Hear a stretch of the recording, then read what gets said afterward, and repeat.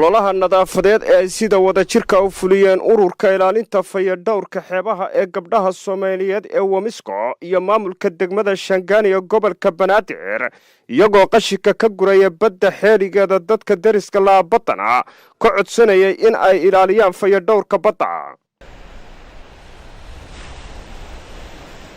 gudoomiyaha ururka ilaalinta fayadhowrka xeebaha ee gabdhaha Soomaaliyeed Wamisko Sagaal Cabdirasaaq Cabdulaahi iyo Madiina Maxamed Cismaan oo goobta ka hadlay ayaa dadka Soomaaliyeed ku booriyay in ay ilaaliyaan nadaafadda deegaanka.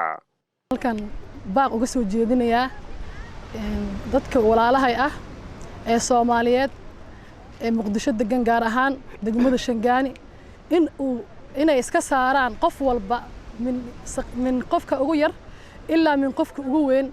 nadaafadda xeebta iyo nadaafadda meel kasta oo bilic leh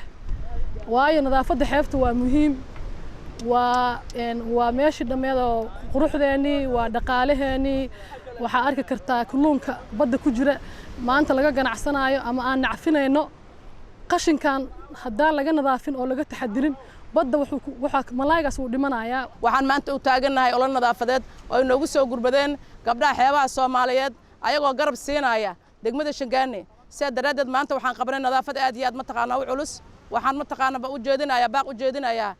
dadka deegaanka ah oo muxuu ah deriska ah inay qashinka iska meeleeyaan oo meeshaas mar dambe saanan u nadiifinay aan qashin dambe lagu shubin. ugu dambeyntiina la taliyaha wasaaradda dekedaha iyo gaadiidka badda Soomaaliya Cabdulaahi Muuse Maxamuud ayaa geestiisa ku dheeraaday muhiimadda ay leedahay nadaafadda badda oo la ilaaliyo isagoo gabdhaha Soomaaliyeedna ku bogaadiyay shaqadan isxilqaan ay ka qabteen badda.